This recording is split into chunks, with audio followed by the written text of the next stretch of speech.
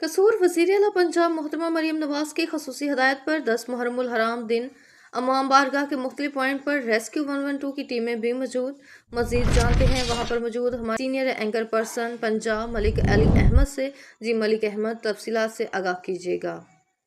1122 के यहाँ पर एहलकार मौजूद हैं, उनसे भी बात करेंगे यहाँ पर जो इंतजामात हैं उस हवाले से उनका क्या कहना है। जी अस्सलाम वालेकुम सर। जी वालेकुम सलाम। सर क्या नाम है आपका? जी अदील असलम, एमरजेंसी ऑफिसर हूँ कसूर। जी सर। सर आप क्या कहना चाहेंगे, रेस्क्यू 122 की यहाँ पर टीमें मौजूद हैं, आप इस हवाले से क्या कहना चाहेंगे, यहाँ पर इंतजाम जो किए गए हैं उस हवाले से आप क्या कहना है? सर जहाँ तक इंतज़ामात का तल्लक है तो गवर्नमेंट ने हर दफ़ा इंशाअल्लाह बहुत अच्छे इंतज़ामात किए हैं। पब्लिक की जितनी भी ज़रूरियात होती हैं उनको पूरा किया। 1122 तक जहाँ तक सवाल है तो 1122 हर वक्त पब्लिक की सर्विस के लिए 24 आवर्स हमेशा अलर्ट रहती है, रिस्पॉन्स करती है और लोगों को रिलीफ देती है। ठीक है। और इंशाअल्लाह ताला हम इस इवेंट पे भी हम अपनी पूरी कोशिश करेंगे। हमारे जवान यहाँ पे मैक्सिमम डिप्लॉयड हैं, उनकी आज छुट्टी और उनकी लीव जो है ऑफ है सब कैंसिल हैं।